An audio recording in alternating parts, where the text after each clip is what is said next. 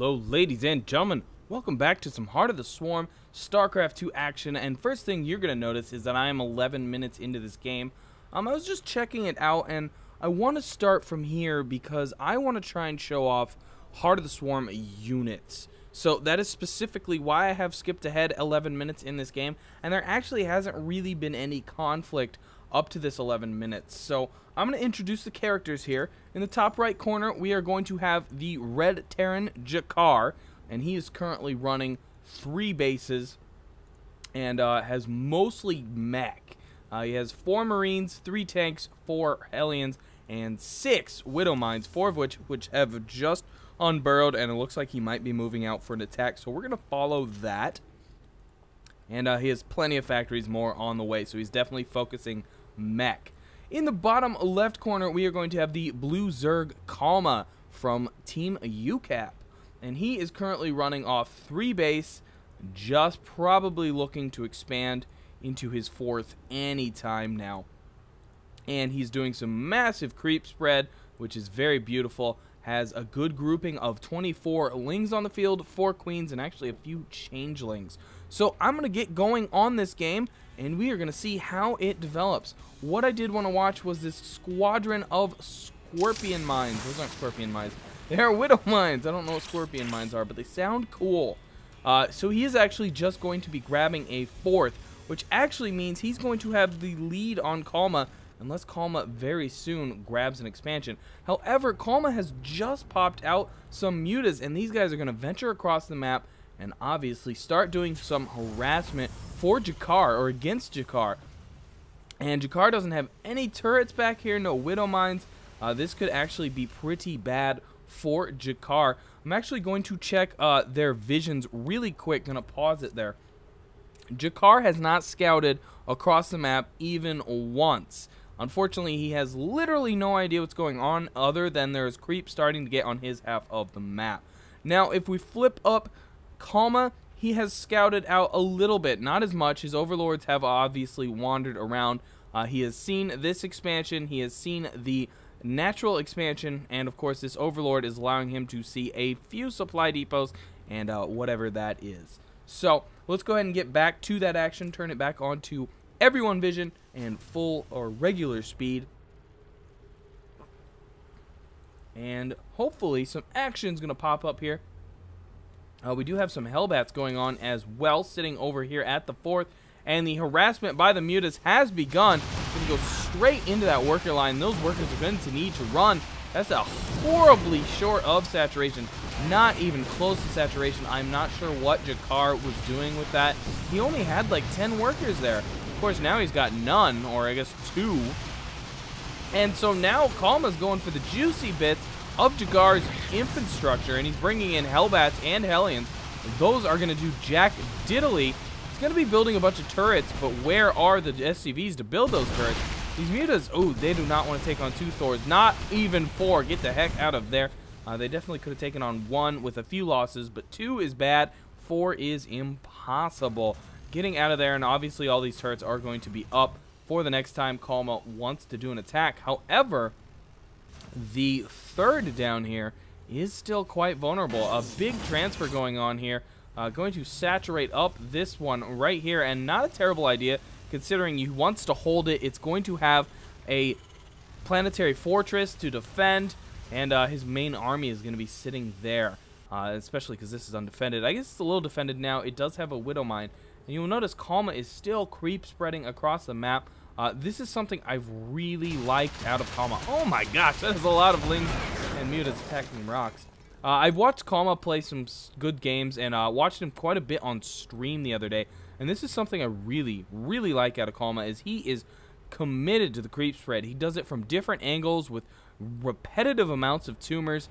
It's quite impressive. I haven't seen many players, let alone even pro players, who creep spread quite like Kalma.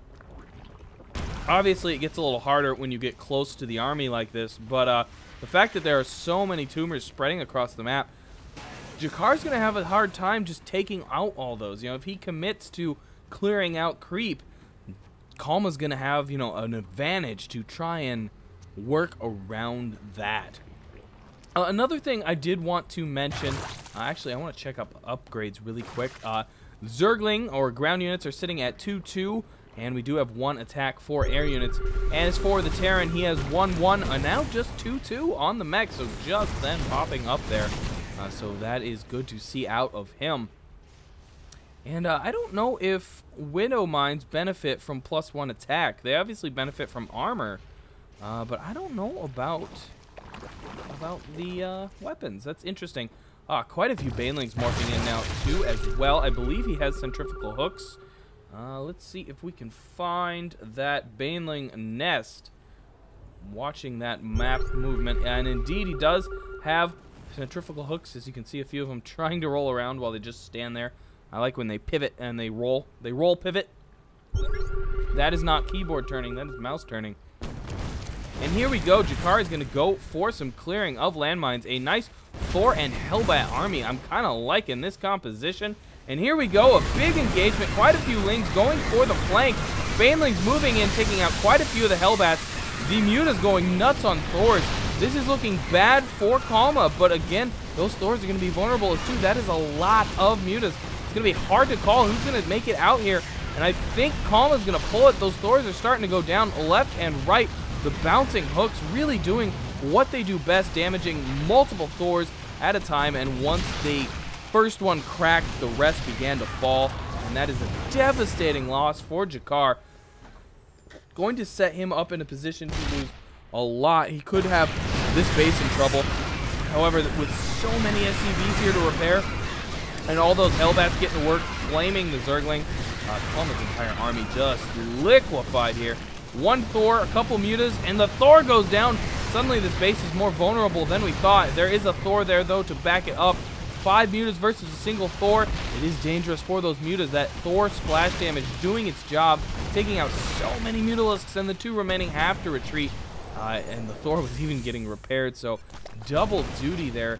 And unfortunately, Kalma's air just isn't up to par on the armor.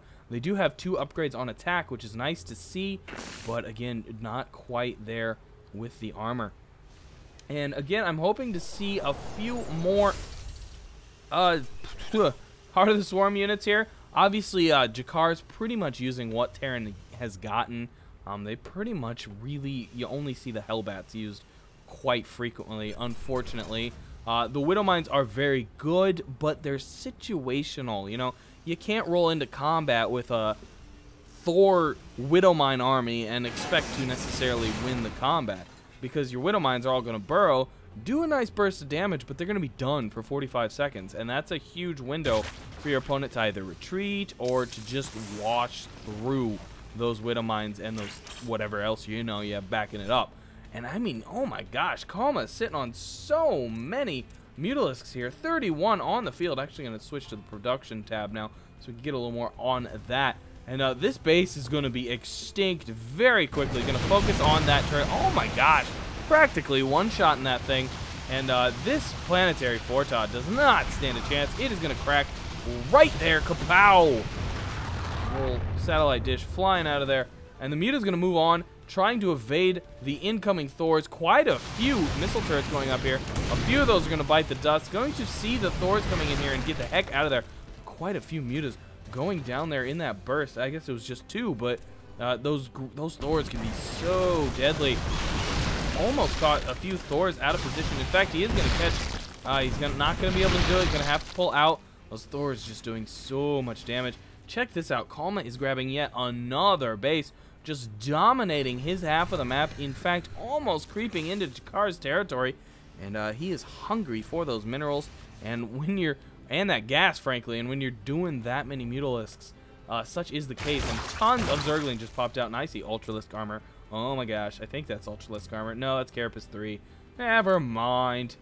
Oh, but there's Ultralisk Cavern. Oh, I always get the Carapace 3 and the Ultralisk armor confused, and I don't know why. I think it's just because when I play, I typically get those 2 upgrades around the same time, so I just confuse the images. Ooh, a big engagement going down here. Quite a few Thors in there. No Hellbats to back up the Zergling. A few Siege Tanks in the back. A few Widow Mines as well. However, I think they have already shot or are out of range. One of the 2, but all the Zergling are gone at this point. Only a few Mutas remaining. About 18. Well, it was 18. Not anymore. The mutas are going down very quickly. However, the Thors are starting to crack as well. There are a few that are very low health. In fact, they're all very low at this point. But the mutas are going to lose, especially now. They're just not retreating. Another Thor goes down, though, and a costly loss for both players. And, oh, not a single muta going to escape. Their bloody bits going to fall down to that planet down there and be no more. Actually, they hit an invisible window down there, but all the same. And a few changelings out by Kalma, going to adventure over to Jakkerr. We'll see if he does anything about that. I don't think he has any Marines on the field. He has 4, so I would guess he's going to kill these off.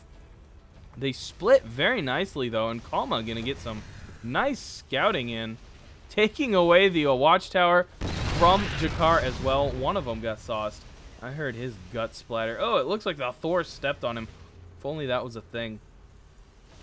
And a huge Zergling mob running south here by Kalma. And a few idle drones. No crackling upgrade by Kalma just yet. And the way he's using Zergling, I would definitely like to see crackling upgrade.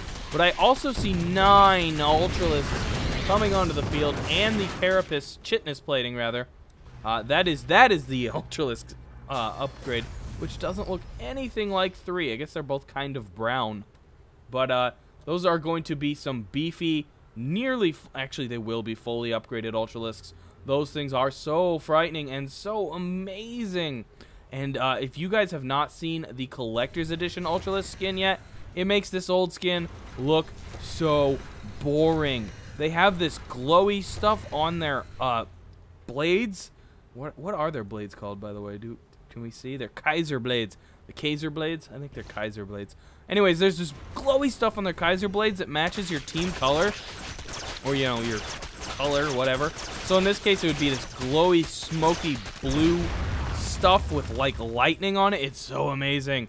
I'll link my video so you can check that out. Anyways, we got a huge engagement here. The Ultralisks are definitely going to help against the Thors. However, there are no mutas anymore, so it is just an Ultralisk Thor battle now. The tanks are gone, what 2 there were.